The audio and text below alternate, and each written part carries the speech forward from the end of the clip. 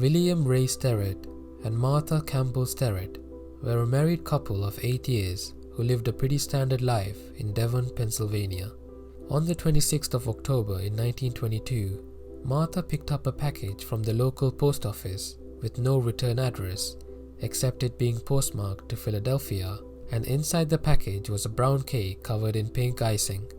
During those times, it was quite common for newly married couples to send out slices of cake to guests who were not able to attend their wedding, and therefore William and Martha ate the cake without giving it much thought. Almost half an hour later though, William became seriously ill and had to be taken to the hospital when Martha also started getting ill a little while later.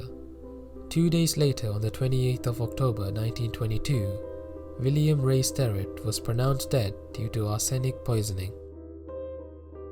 Following William's death, a lot of attention was put on Martha as a potential suspect. Firstly, William got violently ill soon after eating the cake, while Martha took longer to get ill, and although the symptoms were serious that put her in a coma, it wasn't as serious as William's.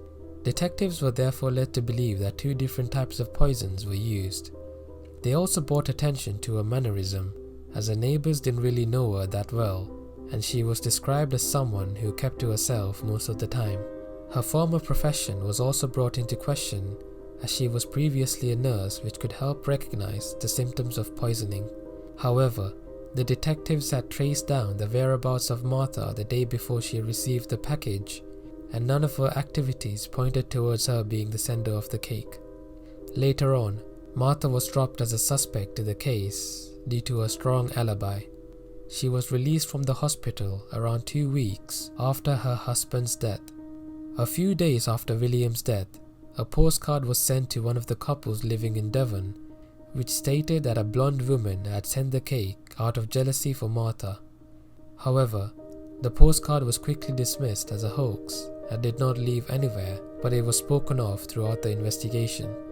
The label of the package and the typing on the postcard were different, as the package label was typed neatly while the typing on the postcard seemed sloppier. Although the detectives were confident that they would find who the sender was at the beginning of the investigation, they became stumped as it progressed. A few months later, in January of 1923, the detectives had stated that it couldn't be solved and the case was closed. I personally do not think that the wife was the culprit, and a lot of unfair attention was put on her at the start of the case for reasons such as her being reserved and not partaking in neighborly gossip. Maybe the detectives should have investigated the postcard more, as reportedly more postcards were sent to families in Devon referring to a blonde and the cake.